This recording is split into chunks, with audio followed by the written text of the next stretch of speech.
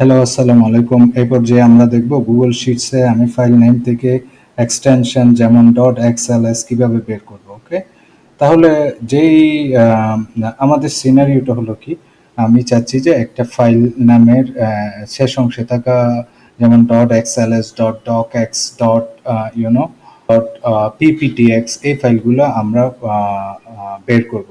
So আমাদের যেই ফাংশনগুলো use করতে হবে এই স্পেসিফিক কাজের জন্য, সেই ফাংশনগুলো হলো রাইট অ্যান্ড ফাইন্ড অপশনের সাহায্যে আমরা ডটের পরের অংশগুলো বের করব। তাহলে এখানে একটা ফর্মুলা দেওয়া আছে, ওই রাইট এবং ফাইন্ডের ফর্মুলাটা আমরা এখানে এটা অ্যাপ্লাই করার চেষ্টা করব। ফর এক্সাম্পল আমি রাইট দিলাম, রাইট ফাংশন কি কাজ করে, sub string from the end of A specified string, একটা সাব স্ট্রিং রিটার্ন করে, একটা স্পেসিফাইড স্ট্রিং থেকে সাব স্ট্রিং রিটার্ন করে, যেমন এইটা থেকে স্পেসিফিক কি রিটার্ন করতে চাই এটা আমরা এখান থেকে বের করতে পারবো। আমি কোন সেল থেকে রিটার্ন করতে চাই সেটা আমি সিলেক্ট করে দিলাম। আমি এইটার লেন্থ আমি কমা দিয়ে লেন্থ সিলেক্ট করে দিলাম যে এই লেন্থে, ঠিক আছে, লেন্থ অফ এ স্ট্রিং, এই যে এইটা, এই লেন্থ, আমি এই লেন্থ দিব। তারপর আমি মাইনাস দিয়ে ফাইন্ড ফাইন্ড করব, FIND ফাইন্ড। ওকে, ফাইন্ড যে first position of string found in text case sensitive.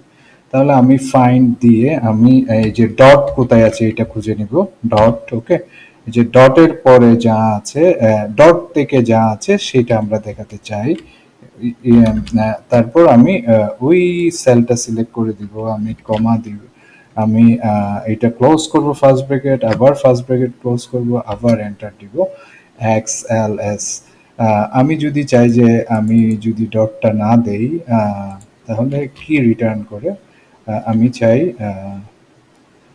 টি, যদি টি দেই তাহলে .xls আসবে। ওকে, তাহলে আমি ডটের পরে যা আছে, ডটের পরে যা আছে সেটা আমরা দেখতে চাই, ডটের পরে যা আছে XLS। তাহলে ধরেন আমি যদি এখানে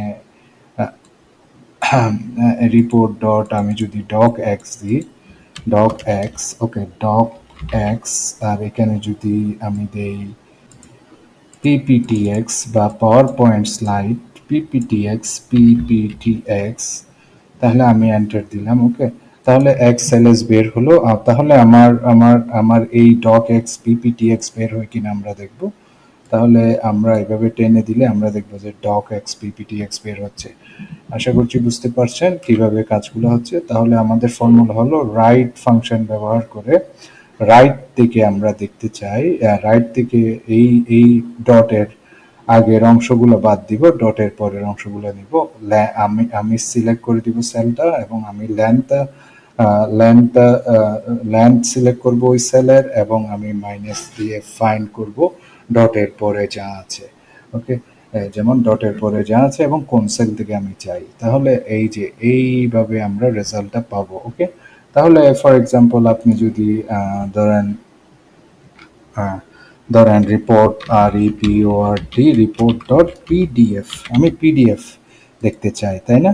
তাহলে আমি পিডিএফ রিটার্ন করতে চাই ইজ ইকুয়াল টু, যেমন ওই ফাইলের এক্সটেনশন কি আমি ওইটা বের করতে চাই। তাহলে আমাকে ইজ ইকুয়াল টু, আমাকে রাইট ফাংশনটা ব্যবহার করতে হবে, আমাকে সেলটা সিলেক্ট করতে হবে, আমি তারপর লেন্থটা সিলেক্ট করব। ওকে, লেন্থ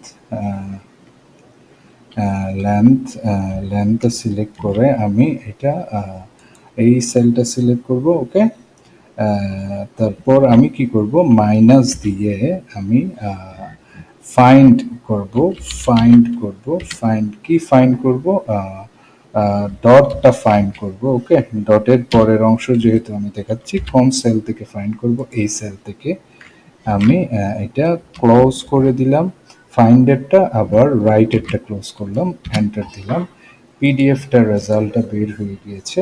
সো তাহলে এভাবেই আমরা চাইলে রেজাল্টগুলো খুব সহজেই বের করতে পারছি।